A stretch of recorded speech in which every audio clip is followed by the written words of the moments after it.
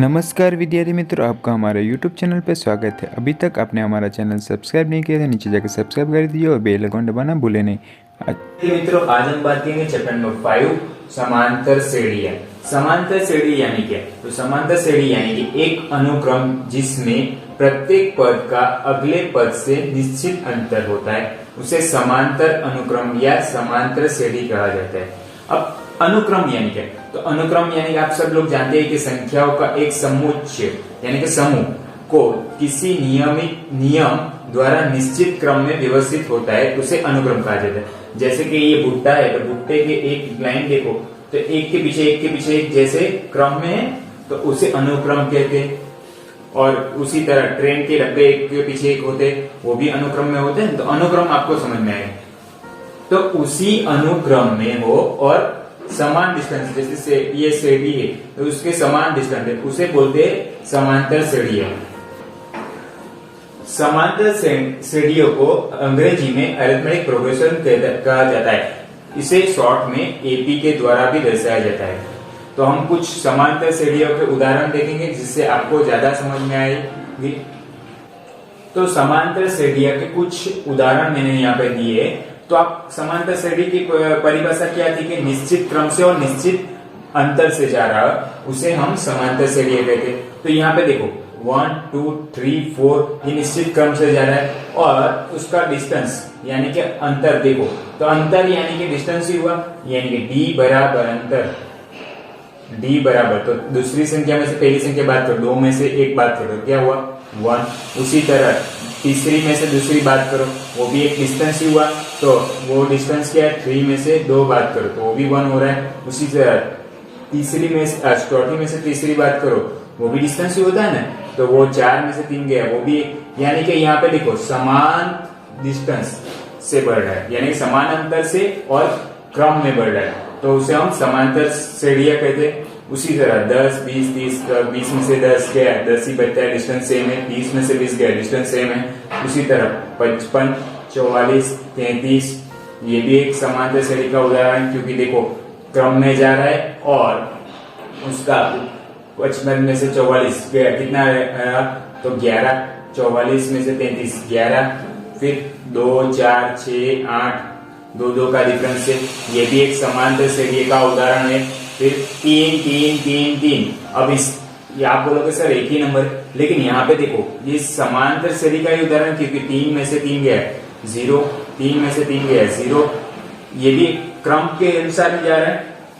तो ये भी हमने क्या देखा, डिफरेंस सेम है सबका और क्रम में जा रहा है और समांतर श्रेणी का ही एक उदाहरण है। अब समांतर श्रेणी में हमने बहुत सारे उदाहरण देखे, तो समांतर श्रेणी के प्रकार देखे, तो परिमित समांतर श्रेणी और अपरिमित समांतर श्रेणी, दोनों को एक एक करके समझते हैं। परिमित समांतर श्रेणी यानी कि फाइनाइट एपी, तो ऐसी समांतर श्रेणी जिसका अंत निश्चित हो यानी कि सीमा निश्चित हो। ऐसी कौन सी समांतर श्रेणी? तो पहली समांतर श्रेणी देखो, तो वो 1 से शुरू होती 50 पर खत्म हो जा रही है, यानी कि हमें पता है उसका अंत 85 है।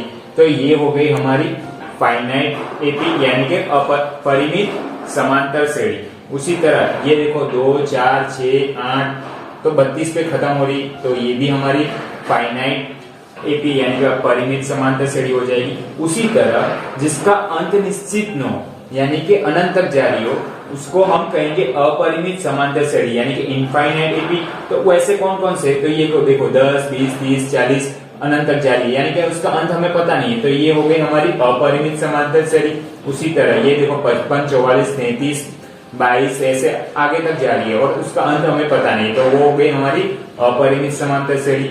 और ये देखो 3 3 3 3 वो आगे कहाँ तक 3 जाएगा वो हमें पता नहीं, तो वो भी हमारी एक अपरिमित समांतर श्रेणी है। अब अपरिमित समांतर श्रेणी के जनरल फॉर्म की बात करें, तो समांतर श्रेणियों का जनरल फॉर्म यानी कि सामान्य रूप, तो a plus D, a plus 2d, a plus 3d, a plus 4d, तो ये समांतर श्रेणी का जनरल रूप है। तो ये कहाँ से है? तो आपको एक इसी के उदाहरण में a की कीमत रख के हमें पता चल जाएगा। तो a बराबर में 1 मान लो, a बराबर 1 मान लो, तो a बराबर 1 मान लिया, तो दूसरा क्या हो जाएगा a प्लस डी। तो d बराबर मान लो हमें डिफरेंस दिया है कि 1 का डिफरेंस से जाना है, तो पहला उदाहरण कैसा था हमारा 1 2 3 वैसे ही आएगा, तो 1 के डिफरेंस से जाना है, तो 1 प्लस a की कीमत ही नहीं 1 और डिफरेंस कितना है 1, तो a प्लस डी कितना हो गया 2। फिर दूसरा क्या है a प्लस 2d, तो a प्लस 1 और d की कीमत कितनी ली हमने 1, तो 2 1 जा 2 और 1 यानी कि 3। उसी तरह a प्लस 3d, तो d की कीमत कितनी ली थी हमने 1 यानी कि तो 3 गुणा 1 3 और 1 4। तो हमें कौन से नंबर मिल रहे 1 2 3 4 ऐसी समांतर श्रेणी में भी। तो हमने समांतर श्रेणी को उसी फॉर्म में लाने के लिए जो समान डिस्टेंस से जा रही है उसको सिर्फ जनरल फॉर्म में लिखा है। तो इसी तरह ये हमारा जनरल फॉर्म है। उसी तरह आप 2 4 6 8 वाला भी ले सकते थे ना। तो हम जनरल फॉर्म से एक समांतर श्रेणी देखी। अब जनरल फॉर्म में समांतर श्रेणी में मान लो समान अंतर बराबर 3 हो और पहली संख्या 1 हो, तो कौन सी समांतर श्रेणी मिलेगी।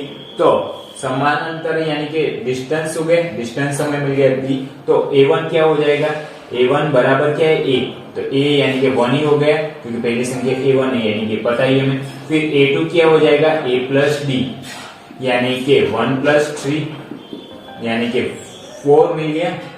उसी तरह a3 क्या हो जाएगा a प्लस 2d यानी कि 1 प्लस 2 इंटू डी।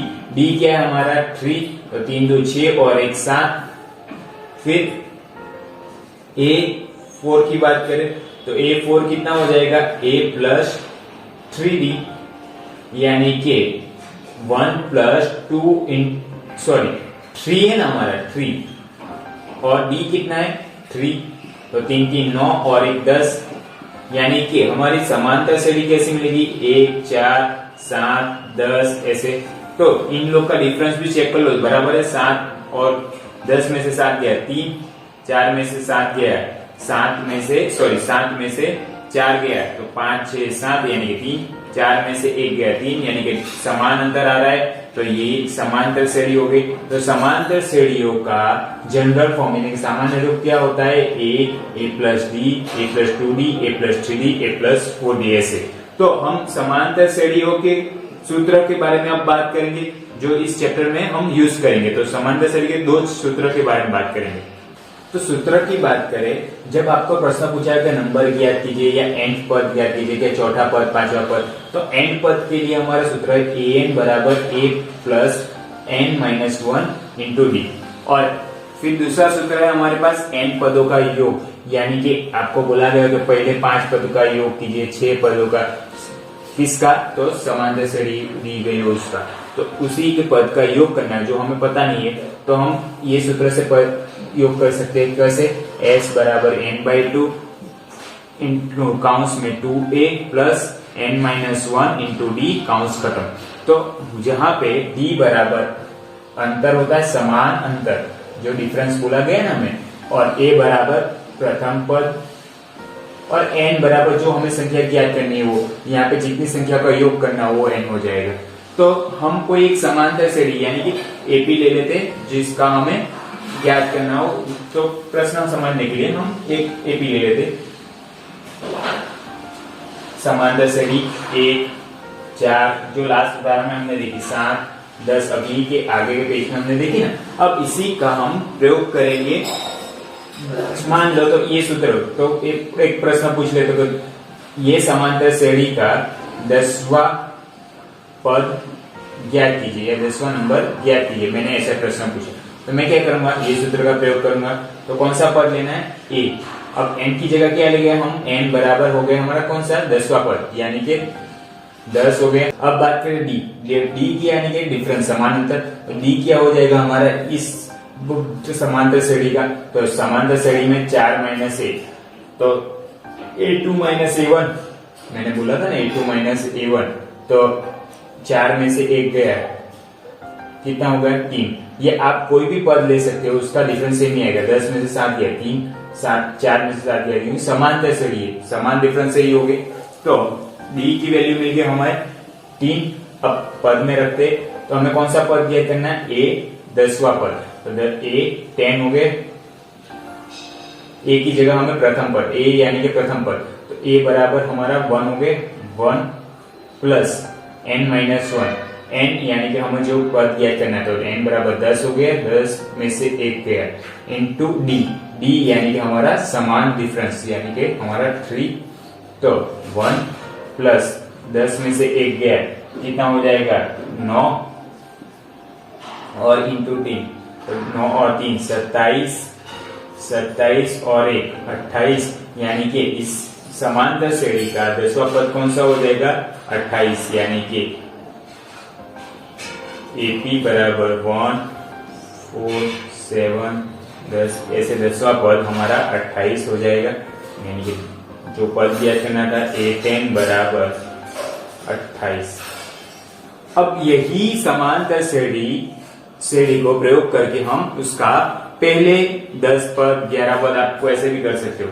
तो मान लो हम पहले 10 पदों का, पहले प्रश्न आया कि पहले 10 पदों का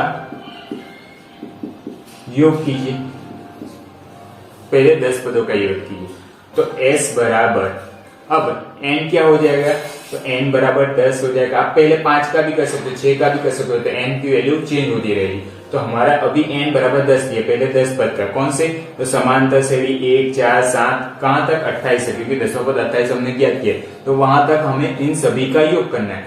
तो ऐसे एक एक करके जाओगे तो बहुत लंबा हो जाएगा। हमारे पास सूत्र है, तो n की जगह हमने 10 रखा बट्टे में 2 इंटू a क्या है, तो प्रथम पद क्या है हमारा 1 प्लस n माइनस 1, n क्या है 10 में से 1 गया इंटू d यानी कि समान अंतर कितना है 3। अब 10 बट्टे 2 यानी कि 5, 2 गुणा 1 2 प्लस 9, 10 में से 1 गया 9 और ये 3 डिफरेंस है। अब बात करें तो ये 5 इंटू 2 9 27 5 27 और 28 29 और 29 और 5 गुणा करना है यहाँ पे, 29 गुणा 5 145, यानी कि पहले 10 पदों का योग कितना होगा 145। किस समांतर श्रेणी की, तो ये समांतर श्रेणी की 1 4 7 10 3 के डिफरेंस में हो, तो उसके पहले 10 पदों का योग 145 होगा। अब यही दो सूत्रों का प्रयोग करके हमें पूरा चैप्टर कंप्लीट करना है, तो हम देखते हैं उसी तरह उदाहरण और प्रश्नावली देखेंगे आगे। उम्मीद है आपको वीडियो पसंद है। वीडियो पसंद है तो उसे लाइक कमेंट और शेयर जरूर कीजिए। धन्यवाद। वीडियो पसंद आए तो उसे लाइक कमेंट और शेयर जरूर कीजिए।